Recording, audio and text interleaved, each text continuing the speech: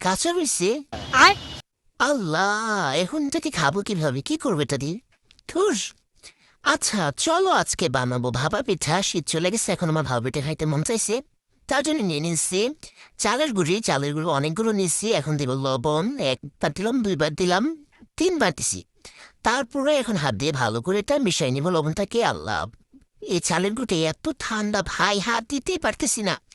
হাতটা দিচ্ছি, আমার হাতটা একদম হয়ে যাচ্ছে, বরফ হয়ে যাচ্ছে, এত ঠান্ডা।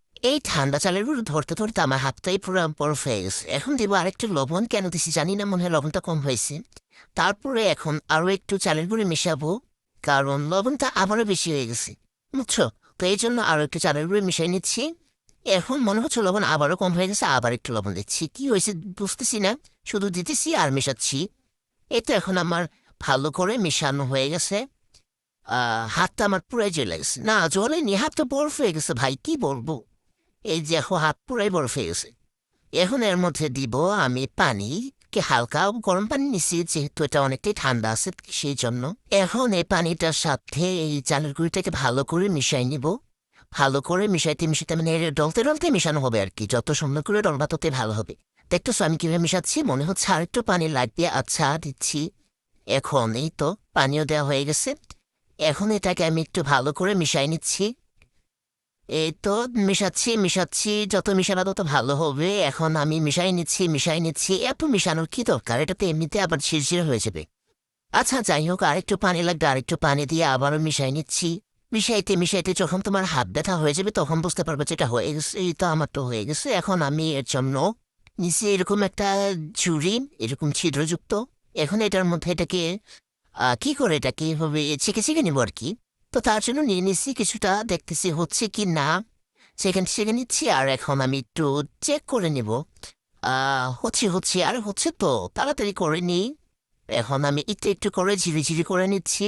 এটাও ভেজাল ভাই, হাতটা একদম মানে লাগেছে হাতের সাথে এই গুড়িটা। যাই হোক, এখন আমি ভালো করে মিশাই নিচ্ছি। এই যে হয়ে গেছে অনেকটাই।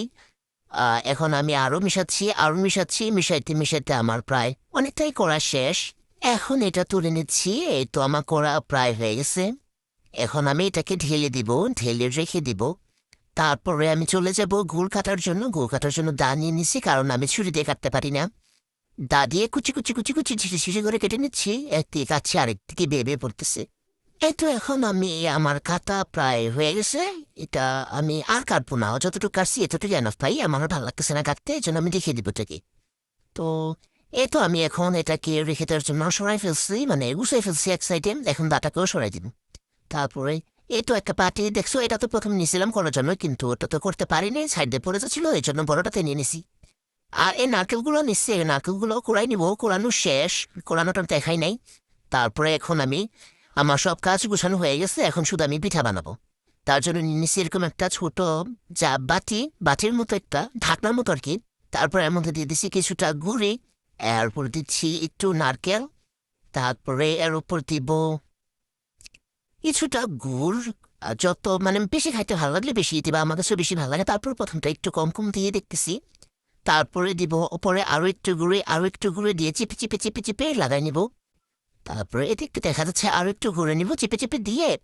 তারপর ভালো করে এটাকে সুন্দর করে উপরটা একদম সমান করে নিব। এখন হাত থেকে ঝেড়ে ঝেড়ে ফালাই দিব। এখন এতে একটু মিঠাই নিয়ে আমি চেক করে নিচ্ছি। আর তারপর এরকম একটা পাতলা কাপড় নিয়ে নিলাম। এরকম হালকা গোলাপি একটা কাপড় নিবে, বুঝছো? এরকম বল বল আসছে, এরকম একটা কাপড় নিবে। কি আবার এটাকে ময়লা ভাইব না, এটা ময়লা না, এটা কালারটাই এমন মেনমেনা। যাই হোক, এখন আমি এর মধ্যে দিয়ে দিচ্ছি মানে ওই মালাটা এর মধ্যে দিয়ে দিচ্ছি, মালা না কি বলবো। তারপর এখানে আমি নিয়ে নিচ্ছি আমার ওই কাঙ্ক্ষিত জায়গায় চলে আসছি। আমার কাছে তো পিঠা বানানোর কিছু নাই, এজন্য আমি এইটার মধ্যেই বানাচ্ছি। এটা হচ্ছে ছাকনি, ছাকনির উপর বানাচ্ছি। এখন আমি এই কাপড়টাকে সরাইয়া ভালো করে ঢাকনাটা তুলে নিছি। এখন আমি গুছাই দিয়ে দিব। গুছাই রেখে দিচ্ছি। অনেকক্ষণ রেখে দেওয়ার পর আমার পিঠা মেবি হয়ে গেছে, চেক করতে আসছি। তারাও দেখতেছি হয়েছে কি না। ভাবলা কি গরম ভাই, কি হতো। আচ্ছা তুলে নিছি। আহা, সুন্দর হয়েছে তো, মনে হচ্ছে হয়ে গেছে না? আচ্ছা ভেঙে দেখতেছি হয়েছে কি না, বিসমিল্লাহ বলে ভাঙে। কি হইলো, কাঁচা? আল্লাহ, কি করবো এখন, এটা কিভাবে খাবো? এটা কি হইলো বুঝতেছি না কেন হইলো কাঁচা কেন হইলো কি করবো এখন আচ্ছা যাই হোক ওটা বাদ এখন আমি আবার একটু বানাচ্ছি দেখি হয় কি না তার জন্য প্রথমে আর একটু গুঁড়ি নিয়ে নিছি তারপরে নিব একটু মিঠে না ওটা হচ্ছে নারকেল নারকেলটা দিয়ে তারপরে দিব একটু মিঠাই মানে গুড় দিয়ে তারপরে এর মধ্যে উপরে আবার দিয়ে দিব চালের গুঁড়ি দিয়ে উপরটা চেপে চেপে সরাই ফালে দিব অনেকটা যতটুকু দরকার ততটুকু রেখে বাকিটা ঝেড়ে ঝুড়ে ফালাই দিবে তারপরে এখন আমি আর এটার সাথে এটা ওই কাপড়টা দিয়ে আগের কাপড়টা দিয়ে আমি এটাকে মুখটা ঢেকে ভালো করে নিয়ে নিচ্ছি এখন আমি চুলার উপর দিয়ে দিলাম আল্লাহ জানে হয় কি না দেখা যাক আল্লাহ বসা হয়ে যাবে দোয়া করো হ্যাঁ তোমরা দোয়া কথা থাকো হয়ে যাবে কিন্তু আল্লাহ পানি শেষ সব বিপদ কেন আমার সাথে ঘটে হ্যাঁ কি হবে এখন আচ্ছা পানি দিয়ে নি পানিও দিলাম পানিটা কালো হয়ে গেছে কেন ধুর যাই হোক এখন দেখার দরকার নেই